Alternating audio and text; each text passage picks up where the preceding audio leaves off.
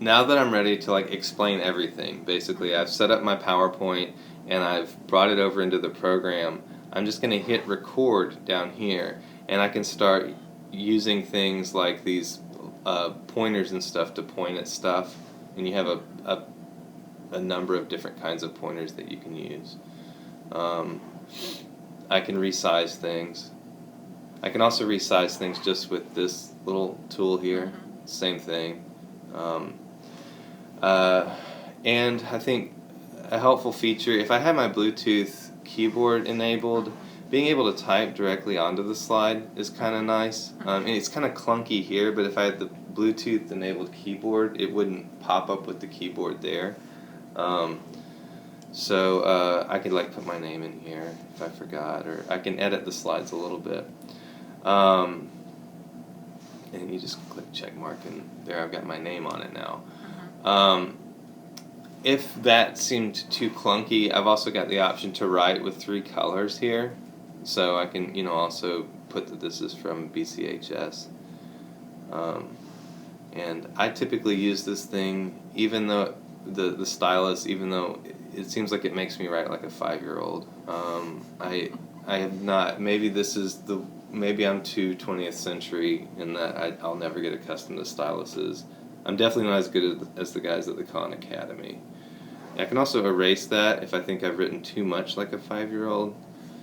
I don't know. I don't remember what that does. Okay, yeah. I could insert an object. I've never played with this, just because, honestly, the idea of initially the first fear I had to get over with this is that this is going live for the entire world, and if I say like too much, or I'm like having a hard time rescaling objects on it, I'm going to look like a moron in front of everybody, right? So where the classroom is the world, I have been a little intimidated by some of the other features you hear. I haven't yet played with that.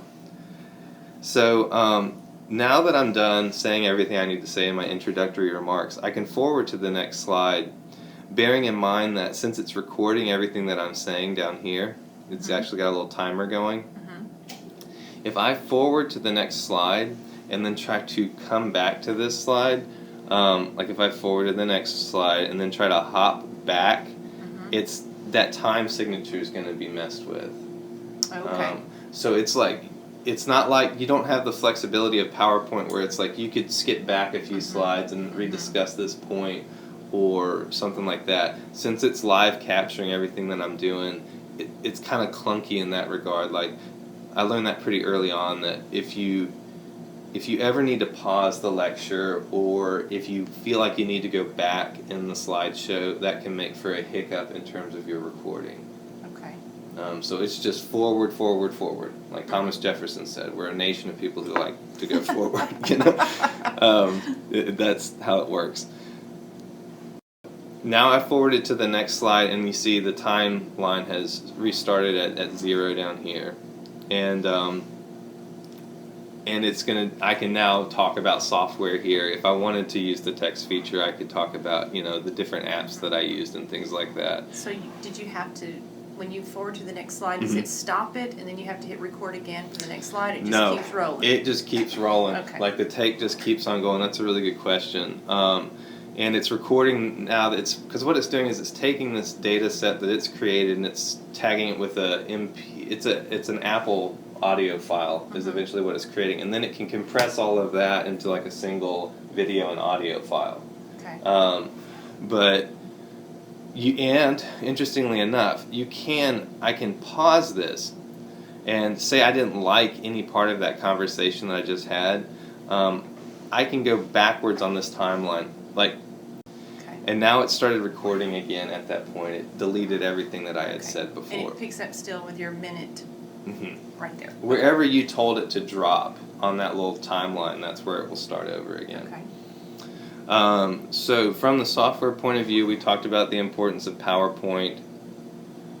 We talked about that there's different apps out there. There's a variety of apps that can do this. But what I liked about this one is that is the ownership question, then the ease with which I can access YouTube with it, and that also it's part of a bigger kind of organized structure. There's like a parent product. And then the final kind of component of the software of it, I would say, is YouTube itself, and making sure that people are familiar with YouTube, because we have to have like a cloud computing workaround. I guess I might add like a Gmail, you know, because Gmail seems to be the easiest way to move things from the school computers over to /Drive, Google Drive. I use that a lot. My whole world's in Google Drive. Yeah, no, it's powerful stuff, and especially once, I mean, if people were to get on board with this, I don't think people understand here at the school, not to editorialize too much, but the way that Drive can be used for editing documents, you know, in like real time. I've done it some with journals and stuff that I've worked for, and it's really great.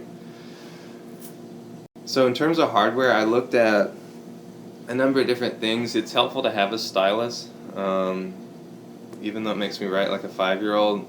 You do need some way to connect the iPad to the projector. So projector is just kind of a given. I think every classroom has them here at the college. But the connection. So the connection can be, like I mentioned before, some form of Bluetooth, which is, in my opinion, cost prohibitive, or just a wire, and a wire that hooks from the iPad into the projector. I'm sorry that I don't know more technically what that thing is called. That is. Yeah, I'm but with you on that. it's some kind of wire. I mean, I walked into Best Buy, and I know enough to like get myself into trouble, and so I'll say, I just need the wire that connects this thing to this thing, and they figure it out, right? Right. Then if I'm not feeling like looking like an idiot, I'll look it up on my smartphone before I say anything. And that's not Wive, that's wire. All right. So, and you'll notice probably in that interlude between that last slide and this slide, it may have had a little hiccup, because it does have a little hiccup. Yeah, so we'll have a little hiccup in the audio track between slides, and that's fine. Oh, I get you now. Yeah. In terms of workflow, we talked about the way I do things is I start out on my PC here at the school, right? Then I email, so I'll use Outlook to send it to Gmail to send it to Google Drive. And the reason I'm laughing is that's just a lot of that's the workaround for the school. If someone can find a better way of doing that, that's great. Once I have it in Drive, I can open it in Explain Everything. And if it sounds like a lot of work, it's really not. It's not a lot of work. I can do this. You've seen I did this process pretty quickly. Then from Explain Everything, I'm going to wire it up, and I'm going to just lecture. So I can wire up and lecture at that point and record the lecture. And then once the lecture is recorded, I won't be able to show this next part in the presentation, but what I'm going to do is I'm just going to upload it to YouTube, and it's a matter really of just having that YouTube account up and running, and then just hitting a button and it does the rest. Okay, and that's, that sounds pretty, I like your workflow. Yeah. So one last additional thing about workflow here is I can just add a blank slate here. And the folks in the math and the science department, this might be all they need. If they're comfortable with the stylus and really all they want to do is just work equations or doodle or sketch their thoughts while they're talking, you can work with that. So you could have like a questions slide at the end that you just put in like that, without having to go back through the whole process. So yeah, any questions? So when you do this, you're doing it for two purposes. One, for those classes that are where you're doing it blended online. Yes. And then, so when you teach face-to-face, you're killing two birds with one stone. Correct. And then it also gives your students the ability to go back and listen to your lecture a second time. Correct. Yeah, those are the two key reasons. Is it allows me to lecture live without running into any problems there, and then it's universal in its access, so students can access it with their cell phone while they're, like, if they wanted to listen to the lecture while they're driving, they could do that. That's a good point. Or, I mean, honestly, even on their lunch break or while they're jogging, or that universal access is kind of the key thing. Is we've got a whole bunch of different kinds of learners out there, like we've talked about. There's people who learn more auditorily, there's people who learn more hands-on, and there's people who are going to learn more from seeing it. And this kind of engages all three, The hands-on folks, I send them their PowerPoints via Moodle or through email, and then they have the ability to print those off, or a lot of them just use iPads in the classroom and make notes directly onto the... Because if we don't access the YouTube channel, then we don't have, let's say, when we finally get to the DNP program. Mm-hmm. We've got people who are working, probably, these are going to be RNs, trying to get their doctorate now. So that's a great selling point, I think, for this particular system, is that on their way to work, between class, they're sitting on the field watching their kids practice soccer, they can be listening to the lecture without having to, because if we just stick it in Moodle, they've got to be in Moodle to access it. See what I'm saying? Certainly. Yeah, I mean, I think both as a teacher and when I was thinking about things from the student's point of view, that was the main reason I started thinking about possible alternatives. Is because we're dealing with kind of the walls have fallen away from the classroom, and maybe the walls have always kind of been that way in healthcare setting, where as a nurse or as a x-ray tech, anything we can do to harness technology can enhance learning and make sure that we're doing things safely. I think the main difficulty in the healthcare setting is just the question of HIPAA, because there's certain things, there's certain ways that hospitals are never going to leave the 1990s, Right. in terms of, there's good reasons why a CT scanner is never going to be on the cloud, Oh, yeah. like the data that it's sending from an x-ray machine, or the data that a nurse is charting shouldn't ever be in the cloud, probably. But from a learning point of view, we can use that. But yet, we already have it to where patients can access information that came from their CT, Yeah, like for me, Baptist now has an app that I'm able to access my all my health records on my iPad or cell phone, and I really appreciate having that. I don't use it a whole lot, but it is helpful to have it when I do have questions about things. Like I had a question about my blood pressure a little while back, and I remember the password was really funny. I won't tell anyone my password, but someone else made the password for me, and it was like a very religious password. I just thought that was kind of sweet in a way, that there still is that Baptist still has that spiritual thing, even as we're moving into the digital age. Well, the reason I'm saying that is, or bringing that up, one of my friends is a doctor, and he was saying, he has all of these patients whose records he needs to see, and for some of the patients, they're getting the results of their test before he has time to look over it. Yeah. And, because it's on their funny. Personal app that, all of the hospitals are creating.